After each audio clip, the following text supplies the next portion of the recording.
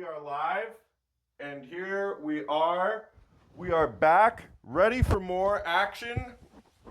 My microphone likes to, I don't know if it's cutting out right now. It's been cutting out at the beginning when I'm making some adjustments here to lay down. But we're back here for Laying It Down with Big D. I, of course, am your host, Big Andrew Big D Moore. And today, I'm joined by fellow caster, fellow esports lover, all-around entertainer, and just wonderful human being, Max KEGSHOUTS Tompkins. Max, how are we doing today? I'm good. I always love laying down with the big D, so I'm happy to be here. That's right. That's a sound clip for you there. Oh yeah. Well, and this is third time's the charm. This is the first time anybody's going to be watching this episode, but we tried scheduling one of these earlier this year, fell through, and then we recorded a week ago.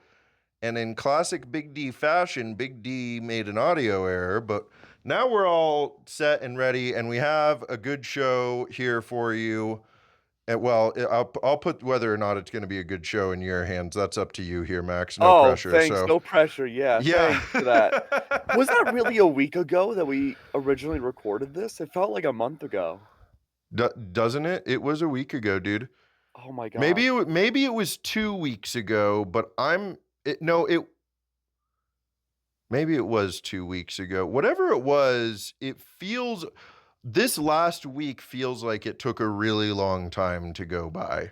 Yeah, I can agree with that. It was a long week. I mean, time is so weird now.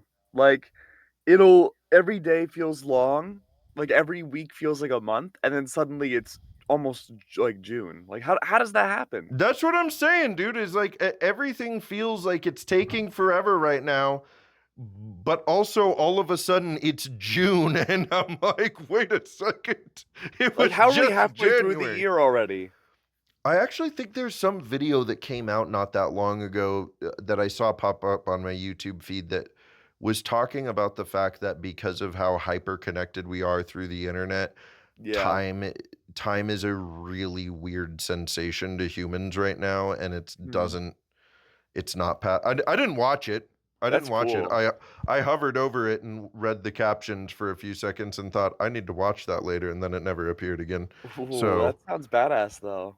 but and that's how I get all my information, by the way, is just Just tidbits YouTube? and headlines, and Okay. and then I go ahead and suss out what I think is the full story from there and share it with everybody else, which is not a great way to spread information. That was all purely humorous. Anyway, Yeah, we're not here to like talk girls who about write me. articles. We just need like one sentence to describe everything. Exactly. Well, and we're not sponsored by them, so I won't shout them out quite yet, but there's a certain news application that a lot of people are sponsored by that tells you all your news headlines as you go through, and I quite enjoy that because it does give you like the bullet points of each headline that you go through without having to like read a whole biased article on top of it. I Anyway, mean, I it's got all great. my news off of Fox, so I'm a very well-rounded Nice. person. N- Fox, all of Newsbeat, it. BuzzFeed. Oh yeah, all of it. Even the esports news off of Fox. That's good. Do they do esports on Of Fox? course. Oh, they're the biggest esports platform Well, ever. I'll be honest with you. I don't know if you were following women's Counter-Strike at all this last weekend. Were you? You know, You women's Counter-Strike doesn't happen to be on Fox. That's really strange. I don't know why. Yeah, Huh. I'll tell you, they might Weird. be about to cover it because there's a story. Oh? Well, there was a story. Yeah, we're gonna talk about it on our next episode as well with somebody who was very passionate about it. But this weekend, the North American women's team made it to the ESL Impact Grand Finals, Yeah. which is the Women's Counter-Strike League, and um, they it's a team of transgender women, Yeah. and so the internet kind of blew up about it, and it was very sad all weekend how suddenly all these people who put women down in their pugs suddenly care so much about women's Counter-Strike and have no idea what they're talking about. And Yep. yeah, it was a big bummer. It was a big bummer. So what I'm trying to get at is that's definitely the type of story though that Fox News wants to cover. So you may be Yeah. hearing about it soon. I We I brought could it definitely low and see then we that. brought it back up. Yeah, I mean, it sucks. I mean, that's not how it should be. I think, things like ESL Impact are inclusive and they should be able to market more inclusivity overall, right? Like that's the PR answer. But I think the real answer is like it's all bullshit, you know? Like my partner is trans. Like I've seen all of this stuff firsthand now. And like I'm a cis, I consider myself a straight dude. Like I've seen the full gambit, you know? And like I've told this story a lot of times. Sorry, my throat's a little messed up because I had to do some crazy auditions last night. But Ooh. I I mean, I grew up, right? Like you and I are both incredibly old people. Like we are ancient. I mean, we were Yeah. around when the Romans took Thermopylae in esports. We were around when Dust 2 was built. Um, but Yes. but like, even growing up, right, I didn't understand what it was to be trans or like the trans movement or anything. And it took me a very long time and a lot of education to like learn and understand what that meant. And, you know, I wouldn't say to learn to empathize, but definitely learn to understand their perspective more. I think the empathy was already built in. It was just a matter of understanding, like, what people that are trans go through and like how much it sucks a lot of the time society wise. Yeah. I am very much right in the same boat as you, and this is what I try to like talk to, because there are a lot of men aren't necessarily like great about like talking about difficult subjects among their friend groups, right? Like that's, Yeah. and it doesn't mean that they're stupid, but like there's some level of ignorance to it, but like more often than not, men just don't want to deal with that and want to have a good time, right? Like that's Well, I think part of it too is that they don't know how to deal with it too. or yeah, Like they you're don't not know how. raised to do that. Right. And so I think that one of the things that like it does take time to learn and understand, because yeah, I also am somebody that had no idea what it meant. Okay, my cat is going to try to make biscuits on me. This is a new thing and it's Oh, we really gotta see the annoying. cat now. Well, he's over here on camera, but he's like Hello. oh Momo, yeah, right? oh, that's Momo. That's Mr. Momo Man. Yeah, he's got a Oh, lot to say. He's going to sit here and start making biscuits now. This has whoa, been his thing. Momo. He likes to show off his claws to everybody. He likes to scare the dog with this business. It's really quite annoying and frustrating, but he is cute, so he gets a pass. Um, what I'm trying to say here, though, is that like these subjects are things that take time and energy to understand, and like these are the instances where your instincts and like feelings don't necessarily dictate what is reality in the world, and Yeah. like it doesn't dictate you being correct just because it feels right, like that's not how things work. You have to there's a lot of things out there that your brain thinks are correct, and you have to like re-educate it to understand better.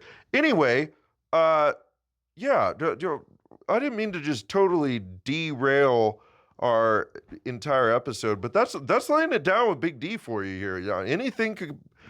We Anything can just sit happen around and with Big D's here. that's what I'm saying. We just sit around and talk about what pops up. I mean, it gets whipped out. I mean, we get into weird territory. That's true. Well, let's swing it back over to you here, Oh, Max. geez. Yeah. Well, before we dive into your epic backstory, Jeez. what were the are you allowed to say what auditions you were doing last night, or Yeah, what I you were mean, doing in the audition for that was so crazy? I'm imagining you were doing some kind of horror screaming if your throat was all messed up. more like angry screaming. I had to be an Italian mobster dinosaur. And then there was another one where I had to scream at the top of my lungs. I'm waiting for one of the days where someone, like a neighbor, calls the police on me because I had to scream like, "Help! Help! Somebody help!" So I'm waiting for the time where someone hears that and they're like, "Oh my God, someone's getting murdered downstairs." So you're doing these auditions from your home? Right Is that here, where you yeah. do the is that where you do the majority of your auditioning?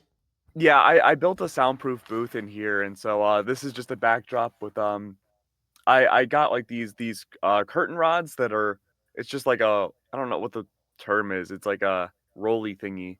But I could just hang up backdrops here, but this is just a soundproof booth that I built. Is it like a dowel rod or something like that? I think it's just like a moving curtain rod. I mean, maybe it has a more official name, but it's just I ones where you can put little spokes in and attach it and just I mean, rolls. it's nice and it's soundproof. It sounds really nice in there. What kind of Thank you. microphone are you rocking over there? So I have two mics here. This is the TLM 103 up here. It's kind of just a cheaper version of I think it's a 403. I'm sorry, no, an 804, which is just like a $4,000 microphone. This is not $4,000. Absolutely not. But in the microphone community, it's essentially the same sound and body. It's just cheaper than that one, but it's like the standard voice acting microphone. And then this here is just the Shure SM7B.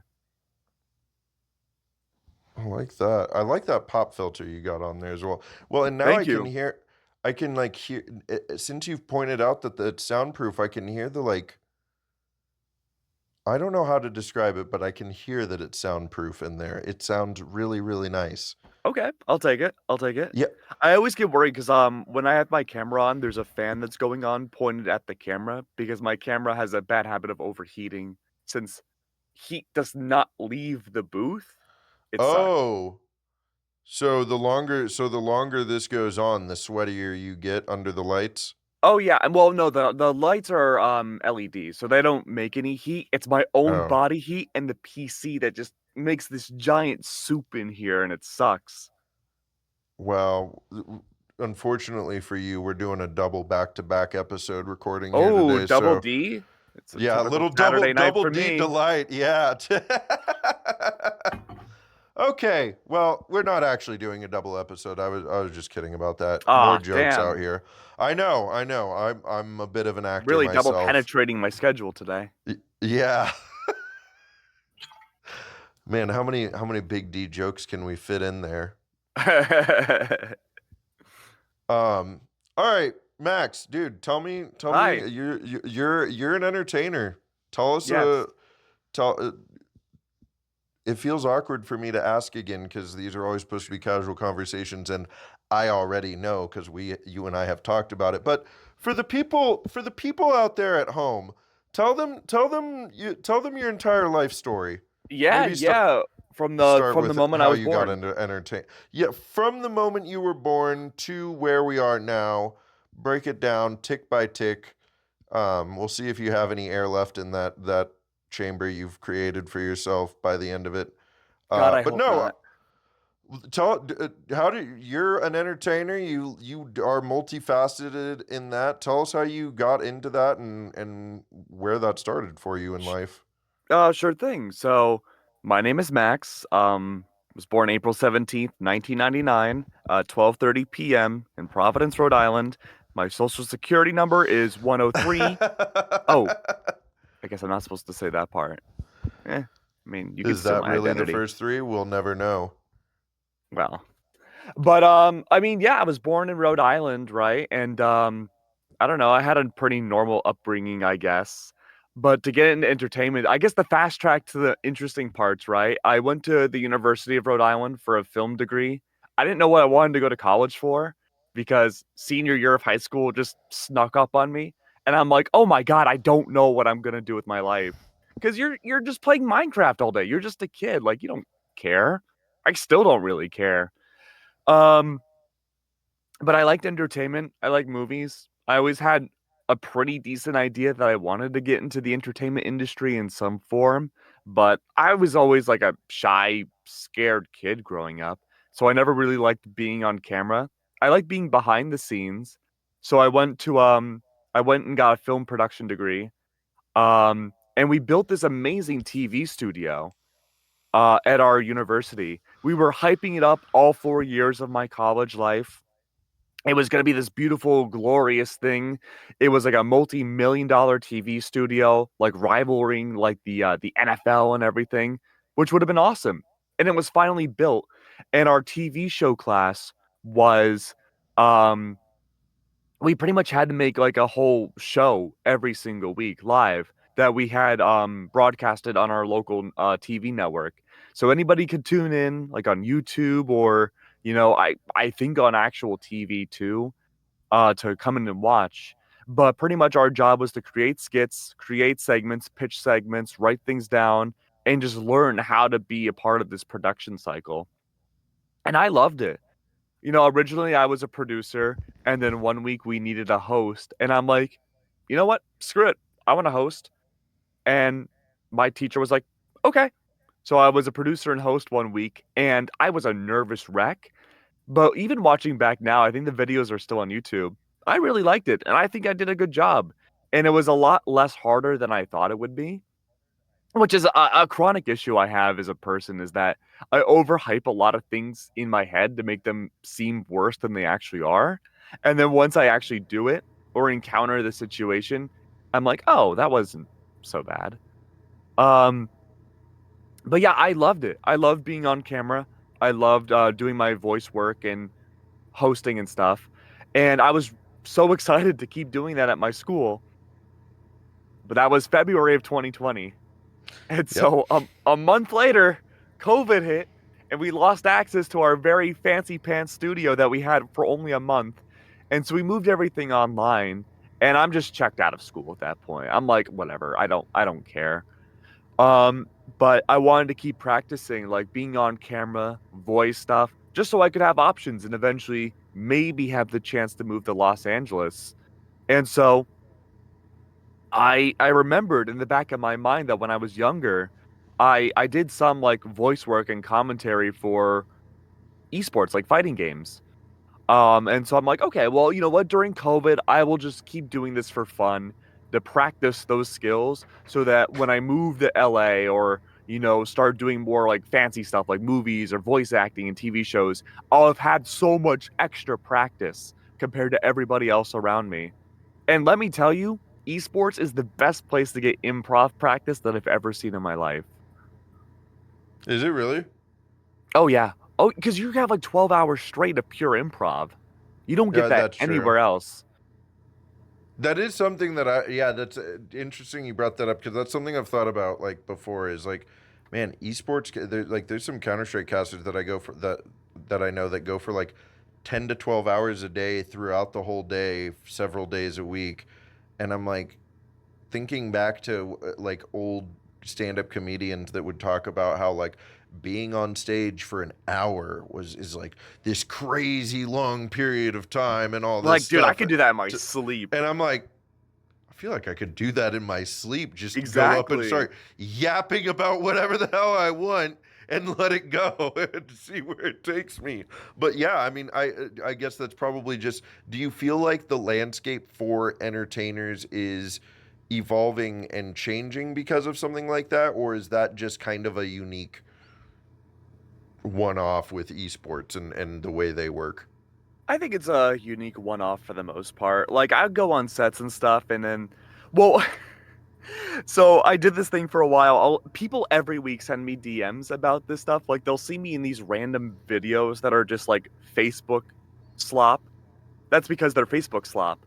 Where like there's one where I'm on a plane and it's a drug heist, and they're unstrapping this big suspicious block from my stomach and unfolding it, and it takes like an annoying amount of time to unpack it, and it's just me and this girl improving that she thinks I brought drugs onto a plane, and I'm like, no, baby, I didn't do that for like 5 minutes straight. And at the end, the police officer unwraps it, and it's actually just a box with a ring in it. And I'm like, "Oh, I was gonna propose to you." That's the spoiler. But we have to go on these sets for these creators, and for like 12 hours straight, just improv a bunch of different scenarios. And there'll be people who are like double my age there, and like they'll have to sit out after like 2 hours or so. And I'm like, really? But like, I'll just go in there and turn my brain off and improv. But I wouldn't have been able to do that without the experience of esports. That makes sense. Well, and I think we've talked about this before, but what is your like what as an entertainer and like what do you gravitate most towards Ooh. like that you that Like, what's your greatest outlet as an entertainer that you kind of that you feel most in the zone in? Oh shit, I don't know. I think definitely improv. Cause I struggle. I don't remember my lines very well, man. And dude, the only way I learned to memorize my lines was from a random guy on set one day. He's like, yo, if you just take all of your lines, line by line, and write down the first letter of each word and memorize that, you'll have all of your lines down instantly. And I'm like they don't teach you that in school. No. Like no acting class, no I haven't even taken acting classes that much really, but like nowhere ever teaches you that. Random ass guy on set taught me that, changed my life. But I feel a lot better when I can just improv all my lines. Yeah, I could. I like doing that as well. I though I do. I don't know. I like memorizing lines too. When you memorize like a big monologue, you know how good it feels when like you memorize the whole thing and then like you get it and you're like, oh, Yeah. I did that thing. But yeah, It's I just it's also hard to get to that point though.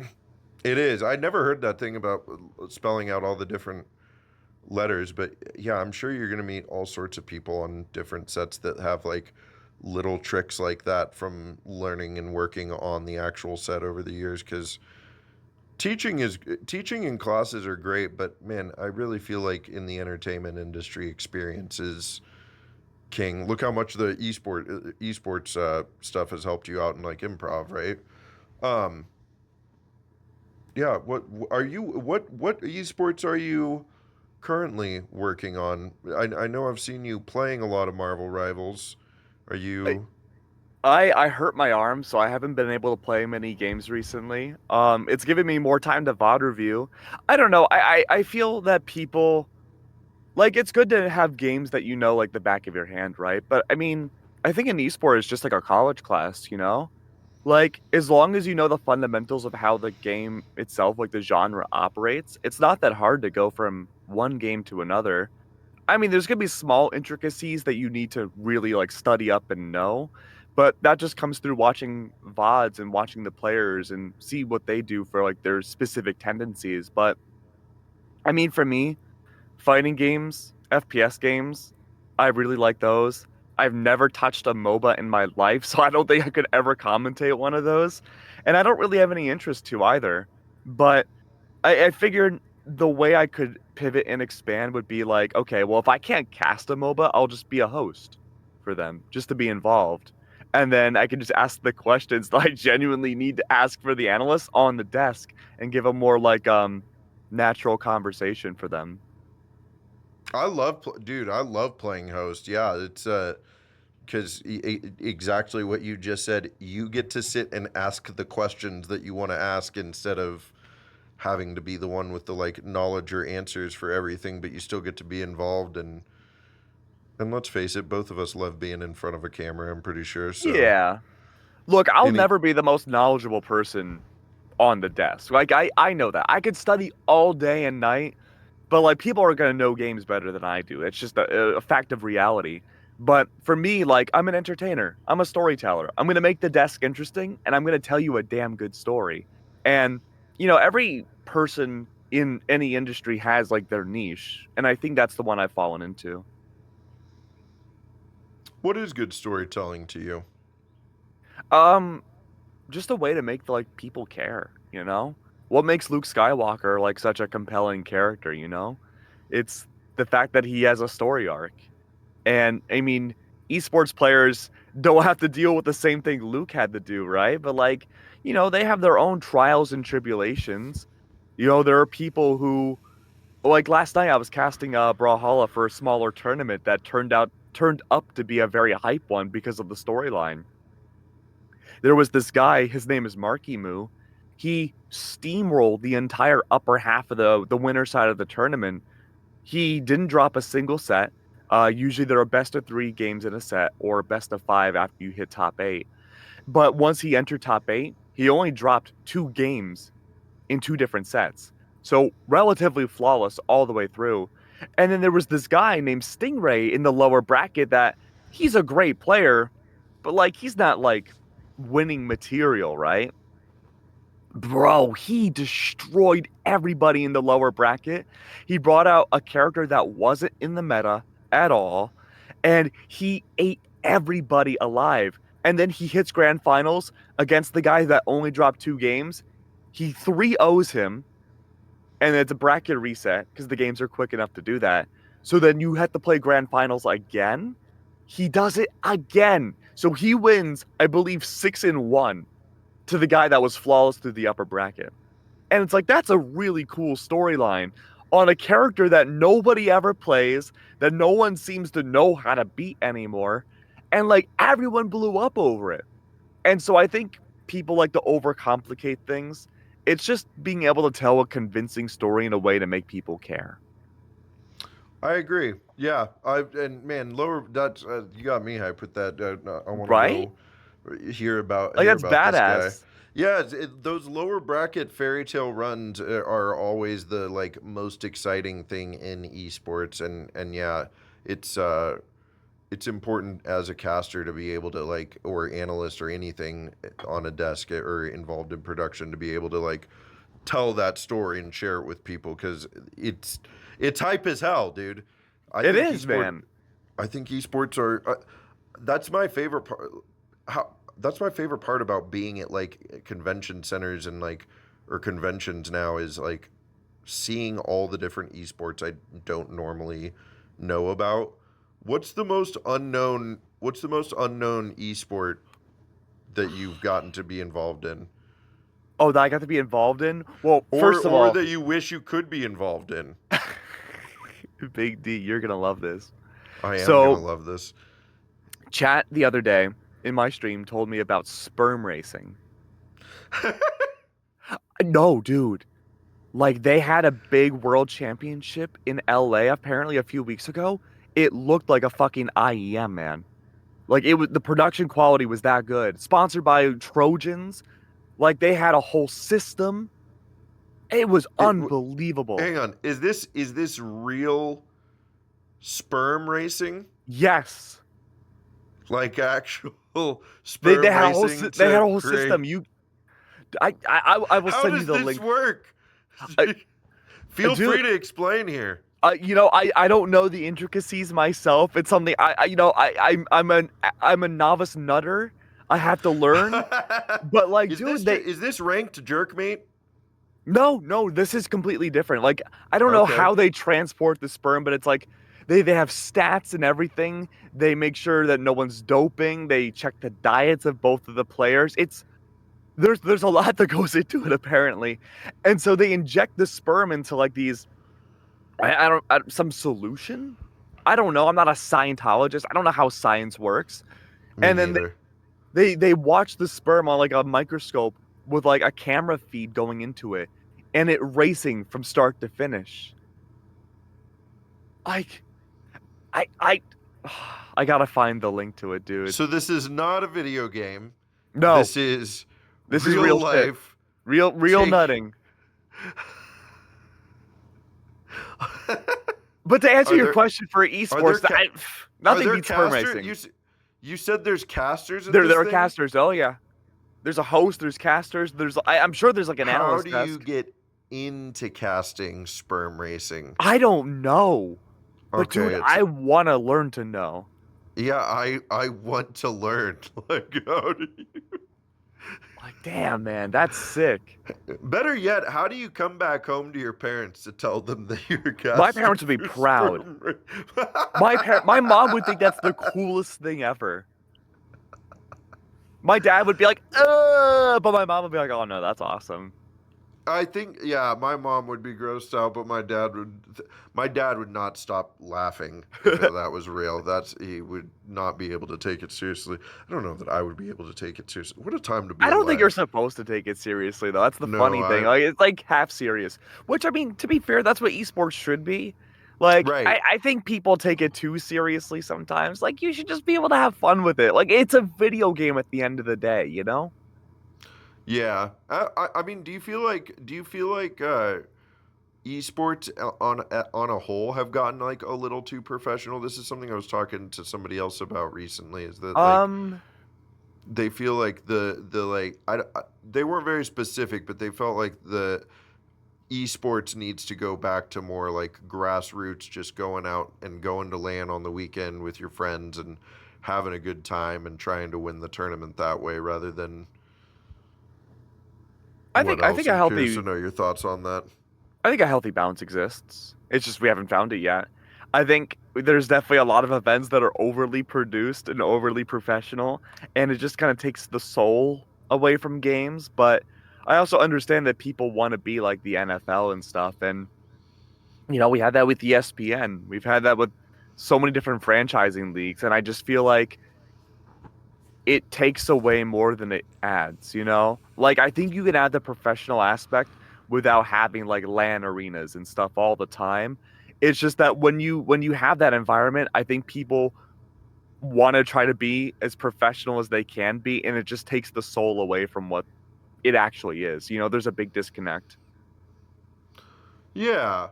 I mean, and it's fun to be at those events. Like it's fun to go to those events and it's really cool to see like what they put together for the spectators and the people that come through and want to enjoy those events. But um yeah, I've found so much more joy getting like going to these Fragadelphia lands a couple times now where I'm there watching 100 people at once all playing Counter-Strike and Yeah. everybody's hanging out and there's no ranks involved or there's no whatever but I think you're right. I think that there needs to be a healthier balance that's struck because of the fact that, and I mean it could just be a microcosm of what's going on in the rest of the world, but there's just kind of this Yeah. like there's a bracket of people in esports across the board who are making buku bucks and living the absolute dream from it, right?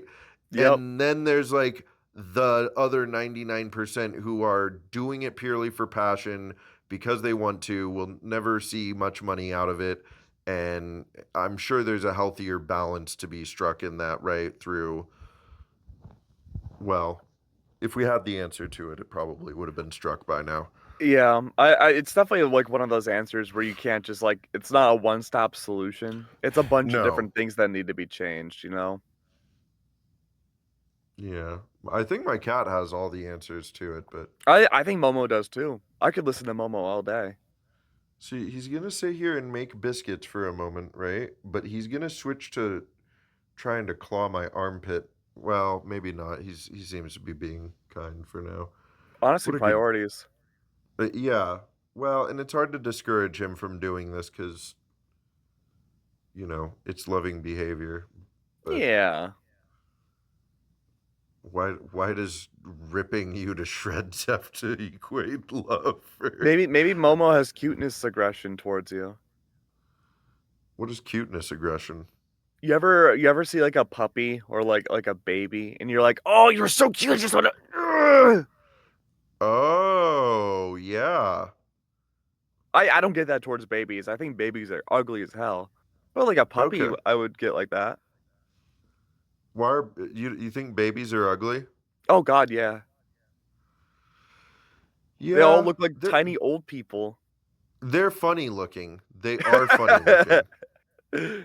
They are so funny looking, man. Like they're little goobers. Like they're wrinkly and they're gross. It's like there's nothing cute about a baby. And they got no idea what's going on either. You got to I, just you that's where literally babies and have I to have in baby them. common. That yeah, we got well, yeah, not to ruin the surprise, but guess what? You never figure it out as you grow up. So, Yep. yeah, the cat is just going to town back here, and he's starting to try to claw me as I'm getting comfortable. Look, he's getting closer and closer. Okay, Momo, that's enough. Thank you so much. Mhm. We're here to talk about Max. Oh, geez. I'd rather talk about Momo. Yeah, well, feel like we're having good conversation here. I mean, we've already been yapping for 30 plus minutes, I believe. So, Really? Wow. yeah, I know. And we've Oh, really, yeah, he's hi, gonna be a Momo. part of this now. It's yeah, we've really covered the full gambit here. Well, I'll ask you a couple more questions here because, as you know, I like to keep these under an hour is where I like to be on these. Uh, what? Okay, Kat, thank you so much for joining us. I appreciate it. Um, what? What do you? You said you're not playing anything, or are you? No, I hurt my arm. It hurts to Yeah. even use a mouse. I had to go see a doctor about it. So I haven't been playing much recently. I've been watching a lot more streams and VOD reviewing a lot more. So I guess I'm being more productive overall. But I'd like to play games, but I'm getting to the point in my life where it's like I just can't dedicate as much time. Yeah, you have been very, very busy, that's for sure. Well, I haven't even talked to you really about the fact that Valorant is was kind of the thing that gave you your big break there, right? Or was it Brawlhalla? I mean, I, I don't know if it was really specifically anything. I don't know if that big break has even happened yet, to be Oh, honest. it's happened. I mean, I like you've gotten to go to a big professional riot event. That's what I'm trying to get at, right? Like Yeah, I I've mean, I think it depends on what we just call a big break, right? Like, I think me working at IGN was my big break. It gave me my opportunity to I feel legitimatize what I did or do and move out to California. But I think it's just a combination of all the different events that I've been lucky enough to work in that's given me like a cumulative break. Like I've worked the Brawlhalla World Championship twice now, and they've been incredible people to work with, and I'm thankful. But I've gotten to work big ride events too, and they've always been really nice as well. But I don't ever feel like I've ever had a big takeaway from one specific event where it's like I've leveled up as a caster or like of a platform. It's always been just kind of a cumulative thing. well, I guess that yeah, that's the better question is what when do you feel like when should one feel like they've made it as an entertainer? And this is more of an open-ended question. Where might you feel like you've quote unquote made it? And also, I think you told me before that you worked at IGN, but I also don't know that you told me that you got picked up by IG. What happened with IGN? So, funny story, it led me to leaving college. I was washing dishes one day. I was renting out a beach house with my roommates and I. We were just about like 15 minutes from campus. There was no heat. It's in next to the water in Rhode Island in the middle of the winter. So we were all freezing nonstop, 24/7. The only thing heating up the house was my PC, and I was washing dishes one day after school. Sorry, I'm hearing a beep. Is that I don't know what that is. Weird. Hello? Okay. Maybe I'm dying. Okay, well whatever. Um but I get this notification that for like an email being like, "Hey, um sorry, I'm distracted by that beep. Let me go I think check it's on something my. I think it's something outside. Is it outside? Let me make sure. I I mean, don't there should know. be no audio coming in I'm like, I hope that's from. not a fire alarm for me. Let's find out. Well, whatever it is, it finished. So, yeah, maybe it was my death timer. It's telling me that I have 5 minutes left to live. But Yeah, anyways, nothing coming what's in up? from our end here. Yeah, there's nothing Weird. coming in from our end. Yeah, I've never heard a beep like that before. Strange. Okay, well, the voices are screaming at me apparently, but Yeah. Are you uh okay? no. But anyways, the house was freezing and I get a notification on my phone being like, "Hey, we're having an after school, after school. We're having a seminar um on a weekend day with the video coordinator at IGN." And I'm like, "This is my chance." So I am in the seminar. I'm not even listening to what everyone's saying. I'm just sending all my material to the video guy at IGN over Zoom and to my professor, being like, please get me into contact with this guy. This is what I want to do with my life. This is what I came to school for. And I was lucky enough that he was like, okay. And he got me into contact. It just so happened that IGN was building an esports department and they were looking for someone who was like on the ground level of esports to help them build it up. And then next thing I know, I'm working at IGN. And then a few months after that, they're like, yeah, you need to come out to California. And I'm like, okay, I'm down. That's brilliant. How long did you work for them? What exactly were you like what did I your job duties entail as the ground floor esports guy? I was an associate producer for their esports department. So pretty much I was just keeping tabs on different games, getting footage for them, pitching stories for our weekly news wrap-up show. And I worked there for about a year. And then our whole department got laid off. So unlucky. Damn, damn. There's no money in esports anywhere out there. Nope. You Nope. got to be doing it for the passion. That's I year by mean, year. you just got to be multifaceted, I think. Like you have to be an entertainer. And that's something I've learned a lot more this year is that I need to build my platform more, not even necessarily to get better gigs, but just to be able to have like passive income too and use content to study esports better and then use that content and study esports better to make better content and just have like this cyclical loop to become more valuable in the industry. That is really what it's all about is building value, right? And you do that through many different ways. Yeah, well, and let's talk about that a little bit too. Like the you I I I still get hung up on like imagining like I asked that question like, "Oh, when was your big break?" right? Well, like that's not how it works. That's how people that don't do this kind of work think that it works Yeah. because all of the movies and television we've ever seen are like somebody comes knocking on somebody's door and like you're gonna be a star, or some talent agent has Yeah. discovered somebody and oh, I'm gonna make you a celebrity overnight, right? Like that's not how it really works. It's years of work and dedication. Like what kind of advice would you give to somebody that's trying to break into this kind of industry? I think advice I would have given myself a long time ago is, play the long game. Like people that get overnight success don't normally last very long in any of the entertainment industries. If you're a viral sensation, it's really tough to keep that going, and people like that tend to fall off really easily. But the people that have like a more slow burn with like highs and lows, but can still do this for a long time, they're the ones that last a while and get more consistent income.